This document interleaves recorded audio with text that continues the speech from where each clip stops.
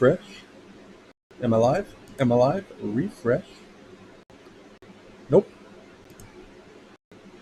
Refresh. There I am. I'm live. Welcome to the live stream. All right, guys. Sorry, I'm late. I know, like 2 hours, bro. What? I'm doing a lot of stuff for this VR&E program. Got a lot of paperwork to do. Got a lot of got to research the field, the school. I've already had the school I want. I already told you what school I want to go to. They still want me to do all this research, fill out all this paperwork. And, they helping me out, so that's what we doing. All right, but that's why I'm late. Been busy. Well, the day didn't go so well. Let's get into it. The after hours is giving us a little nice bounce back, but it's been doing that, and we've still been down now 2 days in a row. 2 days. So this is not the best start to a week. Fortunately, we only have, Maxi paying out and YMAG paying out this week. So we're only going to get like 2 stocks pulling down a little. So, it's not like we're going to miss you. It's not like we're going to have Coney with a pull down due to dividends, an expected cool downs. These an expected pull down. These are kind of unexpected cool downs, except when we look at Bitcoin, not really unexpected. This is why we're having the drag in the account. Bitcoin is not breaking 100,000 currently. It's back down at 92. So Misty and Coney are hurting because MSTR and Coinbase are hurting. I wonder what MSTR bought those new 4 million or whatever at.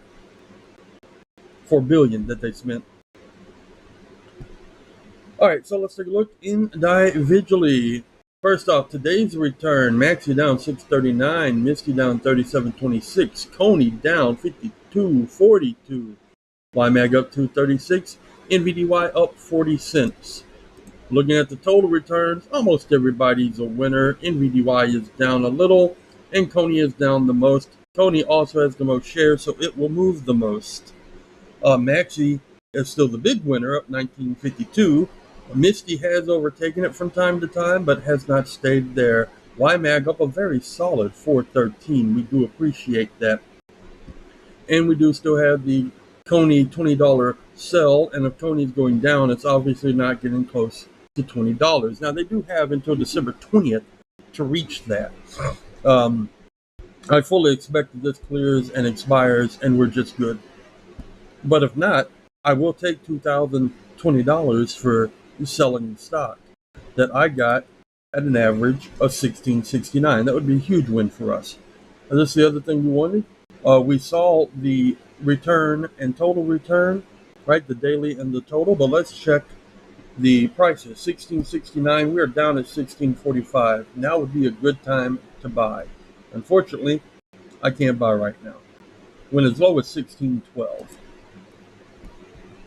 All right, hop down to NVDY. We bought at 25 even. It's down 8 cents. YMAG. We bought at 19.14. It's at 19.49. That is a 55-cent return. We like that. MSTY. We bought at 31.56, and even though it's way down here, that's still 32. So we are still up 44 cents per share. And then we'll check out Maxi. We bought at 23.62. It had gone way up into the 33s and whatnot. It's down to 28 right now. That is still a reasonable $1.61 per share. So we're looking okay. We're not looking great. 5 days ago we were looking great. Now we're looking okay. We're still up, and we still have dividends on the horizons. And the big horizon is the next time Coney pays. Mainly, again, because Coney has 100 shares.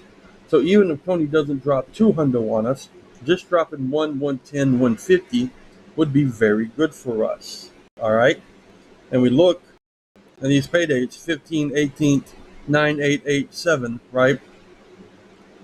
5th week, Let's look at the calendar. Boom. So they would have paid here. This would be week 1 now. It would have been a 1-day week. I'm trying to see if this would be paid on the 13th or the 20th. We're hoping, for our sake, on the 13th. The sooner that money gets into the account, the sooner it helps pay stuff down, the better off we're feeling. We're hoping that we get a rebound down here on the crypto. We need a rebound on Bitcoin because we need the prices on Coney and Misty to stack back up to help with this current deficit. This deficit is because we borrowed at $2,000 to help finish off the Coney. We bought the Coney high like big dum-dums because we didn't wait. And now we are below 2,000, so the account is freaking out because you can't be in the margin game in Robinhood with less than 2,000. We are less than 2,000. Currently, I'll definitely put $100 in Friday, but remember, we already invested $600 this month for December, for this date. We borrowed money early to put in early to go ahead and get us to 2,000. Now that we're at 2,000, we're having 2,000 problems. So we are already done for our December investments. See right here, it's a Sunday. We've already put in for this date. But I'll probably put in a minimum of 100. We're probably not putting 300 in again because it's been a rough month. It has. It has. I overinvested last month. 100 will put us up to 1,800 in 3 months' time, which is a solid 600. We were kind of hoping. And the only exception to that is I don't think the VR and e-money will come in until I'm enrolled in school. But if for some reason extra money falls from the sky on me before the 29th, then it will go in as well. But currently, I'm thinking it's just going to be $100. 100 will push this down to 571, and it will make things a little more stable. I might, depending on how the market's doing, I might put 200 in, just because I would like to see us back over 2,000. And putting 200 in right now would put us like 28 over 2,000, right? The big reason is you can't really do things when you have leverage on Robinhood. Like I can't put money in and decide to buy a stock with it because it's the first thing it does.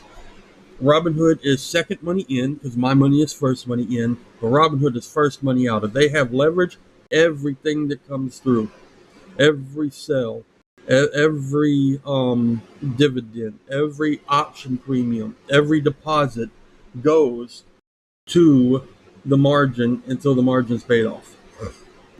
It's just how it works on Robinhood. So you lose a lot of flexibility, but you do gain a lot of safety and security. So that covers Monday. We've looked at the option call. We are killing on it. Should get through no problem. Shouldn't have to sell our stocks. And if we do have to sell our stocks, I will just gladly take $2,000 for my 100 shares of Coney to lock in $300 and something worth of profit. How much would that be? Real quick, $331 per share plus the 20 I've already received. All right. So we talked about Friday. We went over each individual price. We went over the down. We looked over at Coney to see when they might pay because they're the biggest one. Let's take a quick look here. Oh, guys, down here. No, not this one. It was in growth. It was in growth. Down here, I found a toggle button. We love this. This is cool. This looks really good. The size represents how much is in the holding. For instance, this is like over $1,600. This is $400, right? And then these are all like 200, 100, 100. Yeah. So that's how you read this. The size represents how big the position is. The color coding is on a gradient Oh, it was 1, 2, and 3. They bumped it to 2, 4, and 6. Interesting. On how profitable or how much of a loss currently. And then as you can see, you can hover. This shows capital gains, which are at a negative, and dividends received. And then it combines that for total profit, which gets you your percentage. I was looking for also P&L for like something that I've actually sold and cut, but I'm not holding any of those right now. But then you can flip this way and it gives you a list number. Misty up 55 currently. Back in the day, I'd make 38 on sundial. Actually, I did some sundial options here too. I wonder, does it say options? No, just the realized profit and loss. OXLC, used to love them. Maxi up 20. YBTC, who I'm not currently holding, we got out of position at 14 up. Boom, boom. And this was the big one, guys. If you look, most of my losses were like less than $10. Some of them less than 10 cents, right? We didn't lose a lot. We got a lot of winners here, even though a lot of the winners are small. But I hit a little snag with Mark. That wasn't too bad. I think I got Mark and FXLV on IPOs because I just wanted to get in on the IPO, have that experience, and tried it. But I lost my ass off on CEI trying to do option strategy. Lost my ass off. Boom, that's huge, right? And that is why 2025 is going to be all about taking this, which is the total since the account has ever happened, and making that a profit. So actually starting in the negative, because I'd be at a profit right now. We put 1,700 in, we're at 1,830. That is 130 profit. We don't just want to beat the S&P, and we don't just want to make profit. We want to erase old money that I lost and turn it into new money that we recouped. Like we're swinging like that with it, okay? That's the plan. A little more for people that don't have Snowball. So this is just a dividends received tracker. Shows back in the day, all the way from the account. And now, yay, here's 91. November's been a good month. It will update. Remember, we have, I say 2, but I don't think YMAG's going to pay me on Friday. I think YMAG may pay me in December. I'm pretty sure Maxi is going to pay on the 29th, though. We'll see. If not, $91 is still a good month for us, and that'll just make December even fatter. Okay? Not a problem. The goal, we're looking for 5,000 annually. We will adjust once we reach that. It says the safe way of doing this, 4.7, 5.4. Well, we're not expecting the dividends to maintain as they are, but this is like, nah, bro, we'll blow past that, no problem. This is saying that we will reach in 1 year, sometime in 2025, our 5K annually. And that makes sense because in 3 months, with 1,700, we're at 3,000 annually. But this annually, we have to take with a grain of salt. This is based off Coney paying 2 and Misty paying 4. Coney's not going to pay 2 every month. Misty's not going to pay 4 every month. That's not going to happen. Okay? So we have to feather those expectations. Tony's going to generally pay 1, and when it pays 2, we dance in the streets. Misty is generally going to pay 1 something, and when it or 2 something, and when it pays 4, we dance in the streets. Okay, so we have to take this. It's kind of true projecting, but it's also kind of inaccurate because it doesn't smooth out the peaks and valleys. Now here you can see. It's tried to look historically and be like, well, what did it pay last time this many months ago, right? It's trying to catch the cycles. That's why you have the ups and the downs.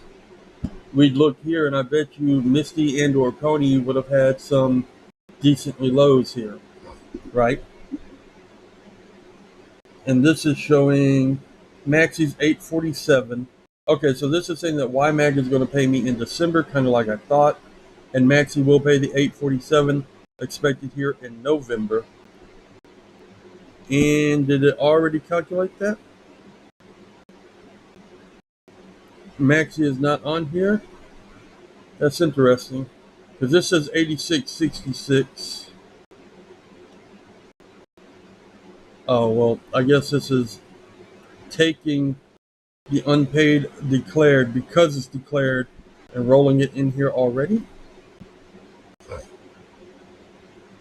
86. No, because that wouldn't be 91. That would be 94, 95. 95.33. Oh no, we're learning. We're learning though. This is saying 91.06. It'll be like 95.33 from what this right here tells us looking at it. I suggest that you have something. It doesn't have to be snowball analytics. I've had track your dividend, stuff like that. Having stuff like this to give you visual representations and do a lot of the heavy lifting tracking for you is outstanding. And mine is set up where it updates all on its own. Once a day it updates. Mine will even update on the weekend. Robinhood will hit it up and it will update. So that's pretty cool. This is my holdings. This is general. How does general break it down? Oh, okay. This is a completely different set of stats here. This would be more for, stuff like Hormel, Johnson & Johnson, because none of these companies sell a product. None of these companies do anything like that. So they don't get earnings. So they don't have earnings per share. So they don't have price to earnings. So this page right here is largely useless. But if I go to show sold, now you see, earned with a 32.1 price to earnings and a 0.21 earnings per share. Okay. Huge payout rate. Unsustainable payout rate says this. And it's in the micro,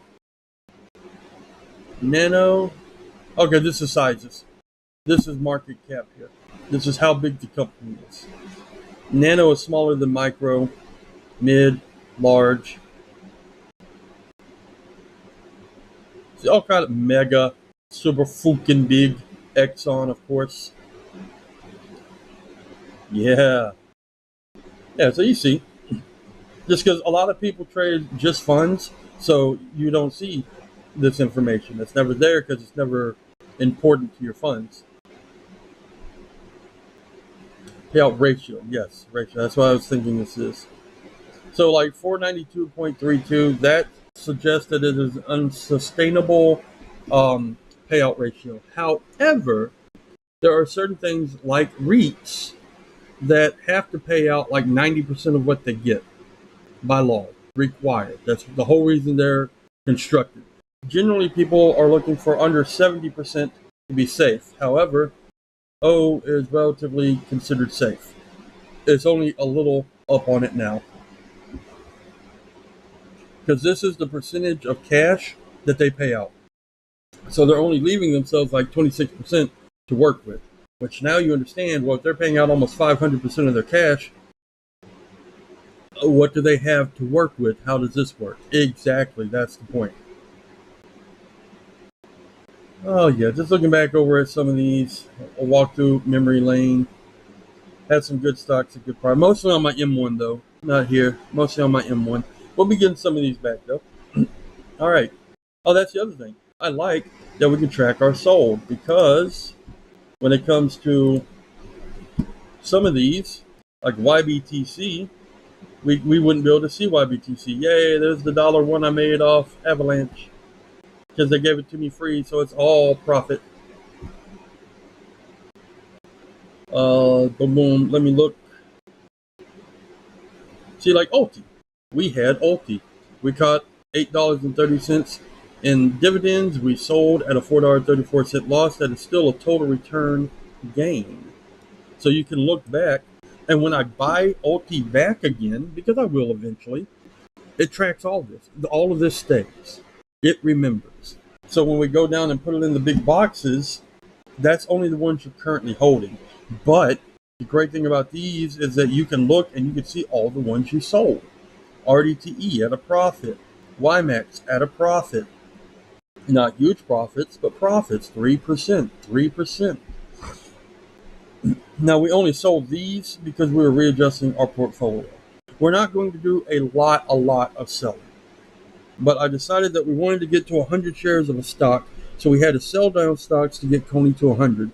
We got Coney to 100 so that we can run sell calls, options on that 100. All right? So that's why we sold. We didn't sell these because we didn't like them. We didn't sell these because they were doing bad. They weren't doing bad.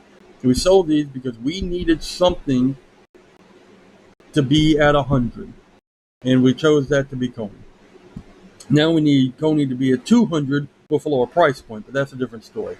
All right, guys. Let me see.